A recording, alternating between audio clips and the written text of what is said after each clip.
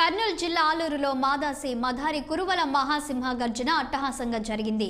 కురువల సమస్యలు, అందులో ప్రధానంగా ఎస్సీ ధృవీకరణపై పలువురు నేతలు, కళాకారులు గొంతెత్తారు. సింహ గర్జన మహాసభలో గజ్జెకట్టి విమలక్క ఆడిపాడారు. ఇది కుల పోరాటం కాదు, హక్కుల పోరాటం అంటూ ఆమె వ్యాఖ్యానించారు. మరోవైపు మాదాసి కురువలను ఎస్సీలుగా గుర్తించాలని మలుగవల్లి శశికళ కృష్ణమోహన్ డిమాండ్ చేశారు.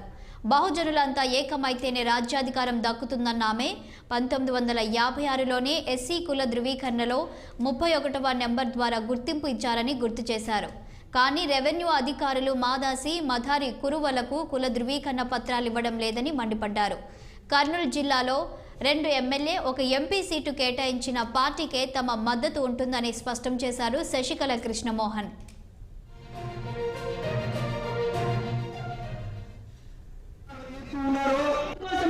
ఇది చాలా న్యాయమైనటువంటిది భావించే మేము ఇక్కడ ఈ పోరాటంలో మేము సైతం అంటూ అడుగులు వేయడానికి కదిలి వచ్చినాం.